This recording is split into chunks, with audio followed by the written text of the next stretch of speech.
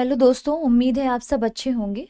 तो जैसा कि मैंने बताया था, इलाहाबाद हाई कोर्ट की जो जूनियर असिस्टेंट स्टेनोग्राफर और ग्रुप डी की वैकेंसी के अंतर्गत जो कोर्स कंप्लीट कराना था, तो आज ही इंडियन पॉलिटी यानी कि संविधान, भारतीय संविधान का पहला टॉपिक से यहाँ स्टार्ट करेंगे। तो यहाँ सबसे पहले हम लेके चलेंगे भारतीय संविधान के स्रोत।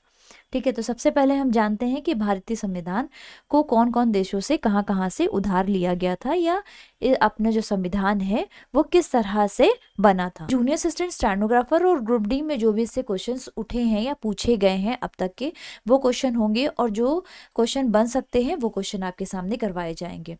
तो चलिए पहले हम शुरुआत करते हैं और जानते हैं भारतीय संविधान के स्रोत के बारे में। तो भारतीय संविधान का जो स्रोत है, ठीक है, ये अब भारत शासन अधिनियम 1935 से लिया गया है, ब्रिटेन के संविधान से लिया गया है, America, Ireland, Canada, Australia, Germany, Soviet संघ, फ्रांस, सोवियत संघ यानी कि रूस, फ्रांस, दक्षिण अफ्रीका और जापान के संविधानों से लिया गया है।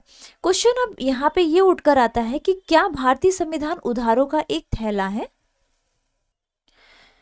तो जैसा कि आपको पता होगा, जो हमारा भारतीय संविधान है ये 2 वर्ष 11 महीने और 18 दिनों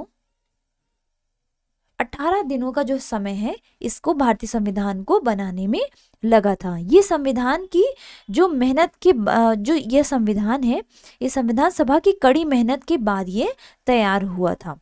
ठीक है, भारतीय संविधान में कुछ महत्वपूर्ण विशेषताएं हैं जो अन्य उधार, जैसे कि हमने बताया कि ये उधारों का थैला है, मतलब ये उधार ली गई है, लेकिन उधार लेने के बावजूद भी ये कहना गलत है कि उधारों का थैला है। ऐसा क्यों?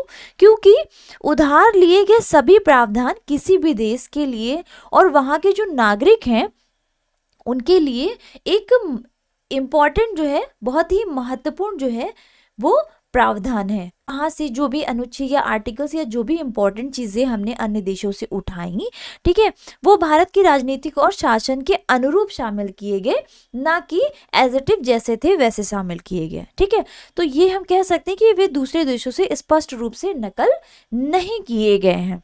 ठीक है, तो भारतीय संविधान दुनिया का सबसे विस्तृत संविधान है, क्योंकि अपना जो भारतीय संविधान है ये पूरे विश्व में सबसे बड़े संविधान के रूप में है। ठीक है, सबसे बड़े संविधान के रूप में माना जाता है।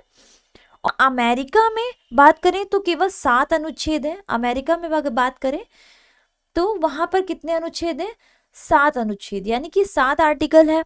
ठीक है, ऑस्ट्रेलिया की अगर हम बात करें तो वहां पे सिर्फ 128 यानी कि 128 ही अनुच्छेद है। ठीक है, और अपने संविधान की अगर हम बात करें तो यहाँ पर 395 यानी कि 395 अनुच्छेद यानी कि आर्टिकल हैं। ठीक है, और जो सामाजिक और राजनीतिक आवश्यकताओं को देखते हुए, ठीक है, और संविधान संशोधन के माध्यम से, जो कि अब बढ़कर कितने हो गए हैं? 448 हो गए हैं। मूल रूप से 495 हैं।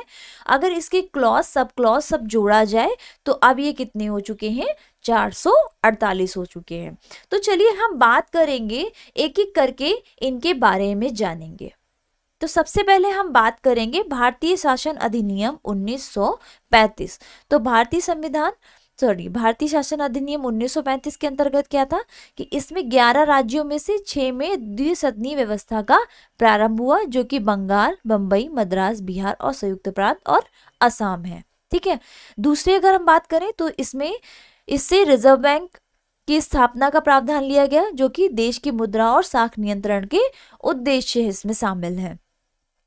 तीसरा है कि संघीय न्यायालय का प्रावधान है इसके अंतर्गत। इसके तहत क्या है? 1937 में संघीय न्यायालय की स्थापना हुई, और इसके जो प्रथम न्यायाधीश हैं वो सर कौन थे? मॉरिस ग्वेयर थे। ठीक है, लोक सेवा आयोग की स्थापना इसके अंतर्गत की गई। केंद्र एवं संघ लोक सेवा आयोग, राज्यों में जो लोक सेवा आयोग है, ठीक है, और 2 या 2 से अधिक जो राज्यों के लिए संयुक्त लोक सेवा आयोग है। ठीक है, ये स्रोत लिए गए। सांप्रदायिक प्रतिनिधित्व का विस्तार किया गया, जैसे कि दलित जातियों, महिलाओं और मजदूर वर्ग के लिए प्रथम बार निर्वाचन की व्यवस्था इसके अंतर्गत की गई। अगर हम 1935 के 1935 अधिनियम के अन्य चीजों के बारे में जानने की कोशिश करें तो मताधिकार का जो विस्तार है, मताधिकार का विस्तार, ठीक है, ये भी 1935 अधिनियम के अंतर्गत हुआ। संघ लोक सेवा आयोग के बारे में मैं बता ही चुकी हूँ, ठीक है। इसके अलावा क्या हुआ कि भारत शासन अधिनियम 1935 के प्रावधानों के अनुरूप जो 1937 में वर्मा को भारत से अलग किया गया था, ये भी एक इम्पॉर्टेंट जो है पॉइंट है याद रखने के लिए। इसके अलावा इसमें क्या हुआ था, 1937 में संघीय न्यायालय की जो स्थापना हुई थी, ठीक है, ये मैंने आपको यहाँ पर बताया। चलिए आगे बात करेंगे हम कि ब्रिटेन के संविधान से कौन कौन सी चीजें जो है वो अपने संविधान में जोड़ी गई। तो संसदीय शासन प्रणाली, विधि का शासन, विधायी जो प्रक्रिया है, ठीक है, एकल नागरिकता की जो प्रक्रिया है ये ब्रिटेन के संविधान से ली गई है। मंत्रिमंडल प्रणाली जो है ये भी ब्रिटेन के संविधान से ली गई। इसके अलावा परमाधिकार लेख, संसदीय विशेषाधिकार और द्विसदनवाद जो है ये भी ब्रिटेन के संविधान से लिया गया है। इसके अलावा अमेरिका के संविधान से हमने क्या क्या लिया, तो संयुक्त राज्य अमेरिका के संविधान से हमने मूल अधिकार लिए, ठीक है, न्यायपालिका की स्वतंत्रता को लिया, न्यायिक पुनर्विलोकन का सिद्धांत, उपराष्ट्रपति का जो पद है इसका प्रावधान भी हमने अमेरिका से लिया, सर्वोच्च न्यायालय और उच्च न्यायालय के न्यायाधीशों को जो पद से हटाया जाना है ये भी कहाँ से लिया गया है, अमेरिका के संविधान से। इसके अलावा जो एक महत्वपूर्ण है जो कि आर्टिकल 61 के अंतर्गत आता है, राष्ट्रपति पर महाभियोग, ठीक है, ये भी अमेरिका के संविधान से लिया गया है। अब हम जानेंगे कि आयरलैंड के संविधान से क्या क्या लिया गया। तो राज्य के नीति निदेशकता जिसे डीपीएसपी कहा जाता है, ठीक है, भाग 4 के अंतर्गत आते हैं ये।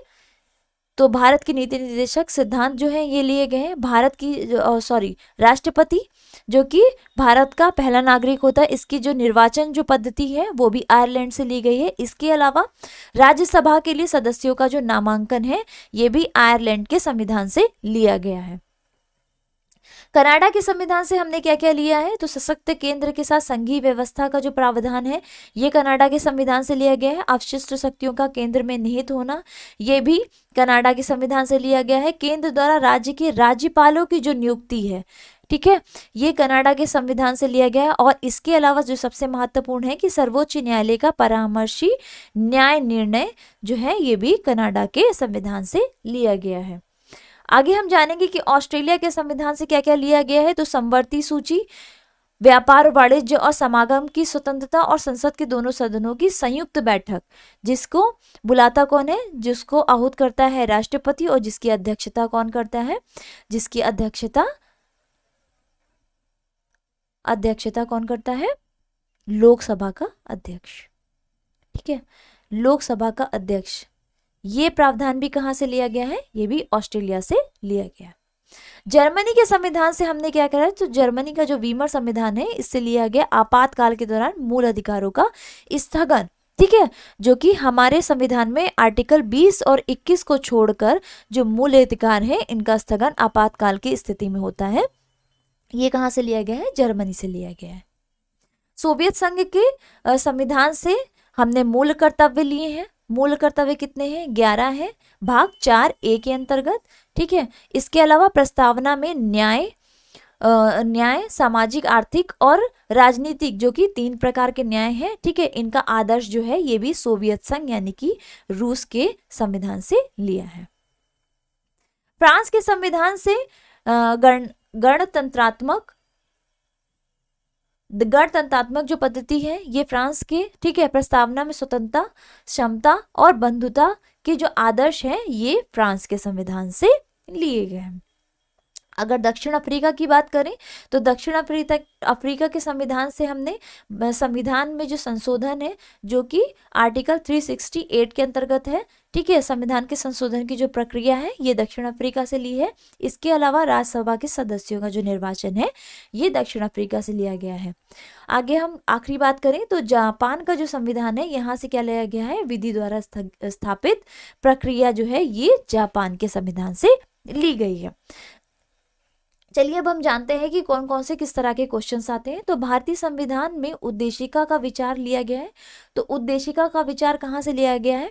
इटली के संविधान से, कनाडा के संविधान से, ठीक है, फ्रांस के संविधान से या यूएसए के संविधान। उद्देशिका देखकर आप कंफ्यूज मत होइएगा, यहाँ पर बात प्रस्तावना की ही हो रही है, ठीक है। तो प्रस्तावना का जो विचार है ये कहाँ से लिया गया है? तो इसका उत्तर हो जाएगा option number B, sorry option number D, यानी कि यूएसए के संविधान से प्रस्तावना का जो है संविधान लिया गया है, ठीक है। इसके अलावा उद्देशिका की जो भाषा है, उद्देशिका की भाषा की अगर बात करें तो वो कहाँ से ली गई है? वो ऑस्ट्रेलिया, ठीक है, वो ऑस्ट्रेलिया के संविधान से ली गई है। मैंने यहाँ भाषा की बात की है, प्रस्तावना की जो भाषा है वो ऑस्ट्रेलिया के संविधान से ली गई है, जबकि उद्देशिका का जो विचार है, विचार की बात करें तो यूएसए के संविधान से लिया गया।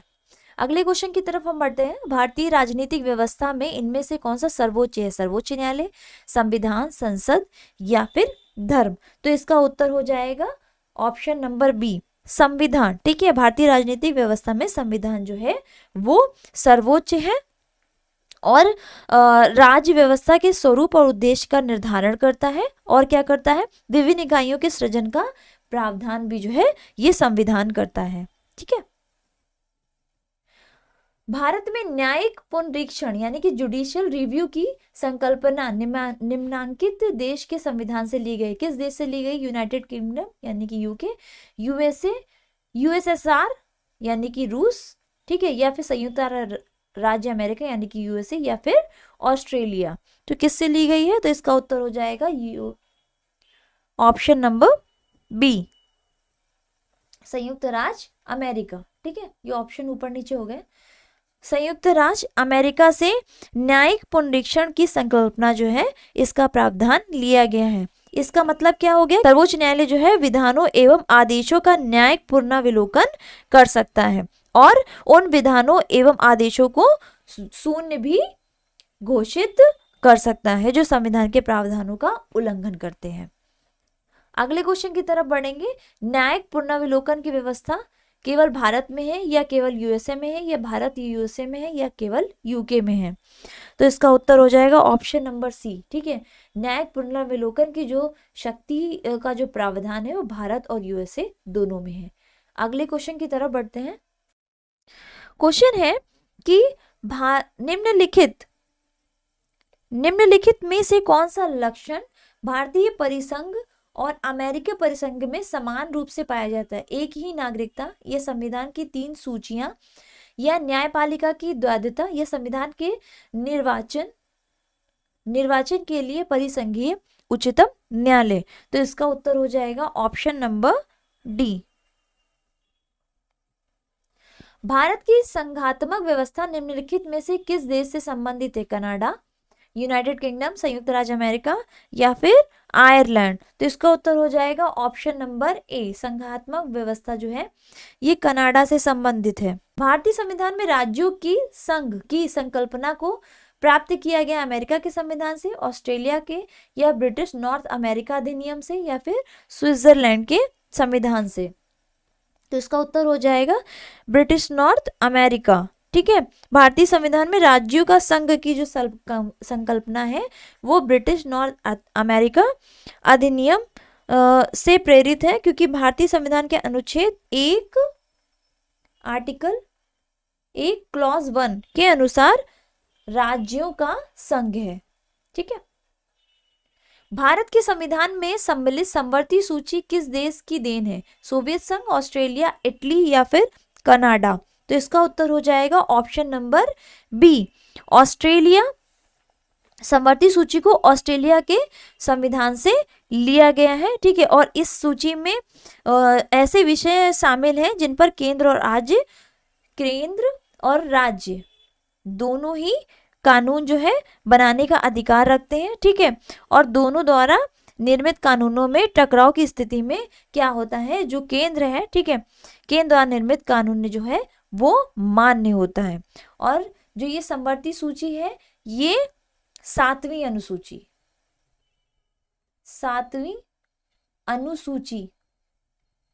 में इसको शामिल किया गया है। ठीक है, समवर्ती सूची। तो जब समवर्ती सूची लागू हुई थी, ठीक है, तो लागू होने के समय इसमें 47, ठीक है, 47 विषय थे और वर्तमान में इसमें कितने विषय हैं? 52 विषय हैं।